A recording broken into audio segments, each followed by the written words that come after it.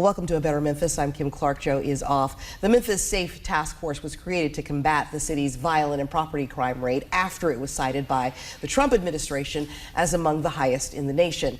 It involves the deployment of federal and state law enforcement agencies in Memphis. And joining us now to talk about that is Shelby County Attorney General Steve Mulroy. I can't talk right now. Welcome. Glad to have you with us. Glad to be here. Thank you. First of all, what is your reaction? Before we get to the Memphis Safe Task Force specifically, what is your reaction? What has been your reaction to the Trump administration and the AG, Pamela Bondi, saying that you are soft on crime? Yeah, this is the same politics as usual stuff we've been hearing for a while. I think apparently they've been getting their information from Senator Taylor, who's 0 for 5 in meritless ethics complaints against me, who couldn't get any traction on his attempt to remove me, even among a conservative Republican state legislature, whose comments about our supposed financial problems were rebutted by the Comptroller General that did an extensive audit, whose claims about bail reform and his own bail legislation has been rebutted by an independent University of Memphis study.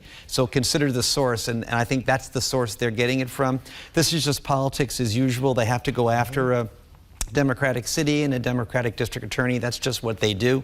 I will tell you this, that some of those comments were about bail. Cashless bail. Yeah, so, we've never had cashless bail in Tennessee. I haven't been an advocate of cashless bail. The DA doesn't control bail. What we did do is provide a hearing for people who were stuck in jail because they didn't have enough money for cash bail. That was a reform, actually, that occurred before I came into office. It was promoted by, among other people, my predecessor, Amy Wyrick, who I don't think any of those people would say was soft on crime.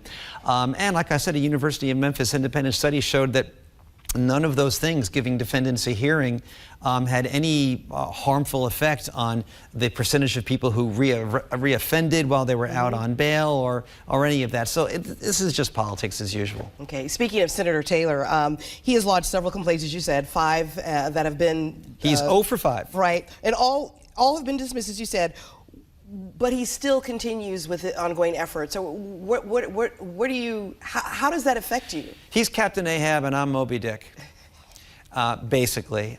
Listen, he got so far out on the anti-Mulroy stuff that he can't pull back now, right? He's got no choice. And so he just won't leave it alone like a dog with a bone.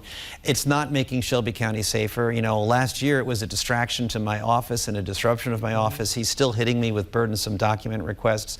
I really wish he would focus on things that really matter, like getting us the funding for a crime lab, getting back the Division 9 of our criminal court that the state took away from us.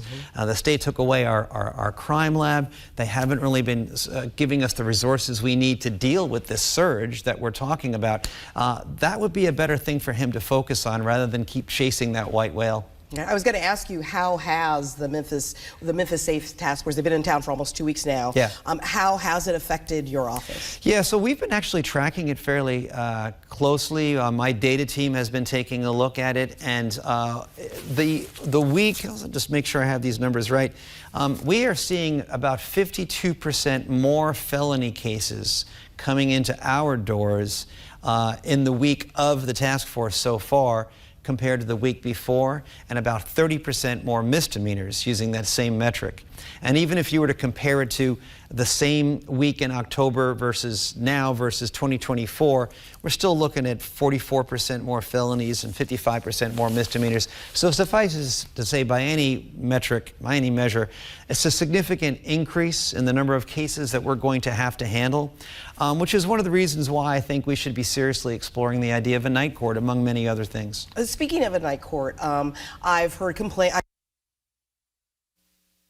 or commissioners say that there's no need, but you're saying that we are. What would be the hours of the night court, and how would that work? Yeah, so I think it's still early. It's under discussion, and so nothing's set in stone. But even if we had like one extra shift, from say 4:30 to midnight or something, 2 days a week. Okay. That might really help with some of our overload. You know, because you just heard the numbers that I was quoting, right? They're non-trivial increases. But you know, what I'm really concerned about, I mean, my staff, we're not asking for more money. We're not asking for more staff. We will do the job that needs to be done. We will rearrange schedules as necessary. But I am worried about the jail. The jail is already overcrowded as it is. It was overcrowded before the federal task force arrived. And I think Sheriff Bonner himself has said he's very worried about continuing overcrowding. And sending these arrestees to the far-flung corners of Tennessee, Mississippi, and Arkansas isn't really a good solution because they need to have access to their defense counsel and to their families. So I think we're going to need to do something. And whatever it is, we'll all sit down together, the different stakeholders, and try to figure out what we can reach a consensus on. Speaking of sitting down together, we've covered numerous news conferences where we had the AG in and the Secretary of Defense and other members of our team. The mayor was there, Mayor of Memphis, the police chief. But you've been noticeably absent from some of these meetings. Is there a reason for that? Is that on purpose, or? Well, no, I have not been invited to any of the federal press conferences. So I think that's the explanation there. Are you not a part of the Memphis Safe Task Force? I think the DA's office is. In fact, the executive order that President Trump issued explicitly mentions our office as part of the Memphis Safe Task Force. I just haven't been invited to any of those press conferences. Now, when it comes to cooperation with them, I'm all about it. In fact, we've been working regularly with our federal partners. I've been continual communication with the people from the Marshal Service who are kind of overseeing this. We have one of our own prosecutors embedded with their Joint Operation Center. And I'm also been in contact with the incoming U.S. Attorney to talk about how we can better cooperate. You know, our team meets every week with the U.S. Attorney's Office to kind of figure out which cases that could go federal would be handed off to the feds and which would remain with us. That was the case even before the federal task force, but it's particularly important that we're doing it now. All right. You mentioned you'd like to see night court. You also have an interest in a crime lab. My question is, do we need a building per se for a crime lab, or do we just need more resources? Yeah, we don't go about getting that. Yeah, we don't necessarily need a separate building for it, and we certainly don't need to spend the money on building a new building from scratch. And when people are talking about, oh, it's going to be $40 million, that's what they're talking about. Instead, we just need to significantly ramp up our forensic capability in 3 areas. Cell phones, which are becoming important in every case nowadays, confirmatory ballistics, and also something called rapid DNA, which is an emerging technology where you can get DNA hits like within 90 minutes, same-day results. We have fortunately gotten funding, $1.5 million in recurring every year funding from the county. That's probably going to go up to be more later to do that. I am working with County Mayor's administration on this. In fact, we just did a tour recently of the Nashville Crime Lab to get some ideas about how to do this. And so we're going forward with it with the resources that we have. It doesn't need to be a full-service, freestanding building, but we can, and I think law enforcement would agree, we can definitely use a beefed-up ability for those 3 areas: rapid DNA, ballistics, and cell phone stuff. All right.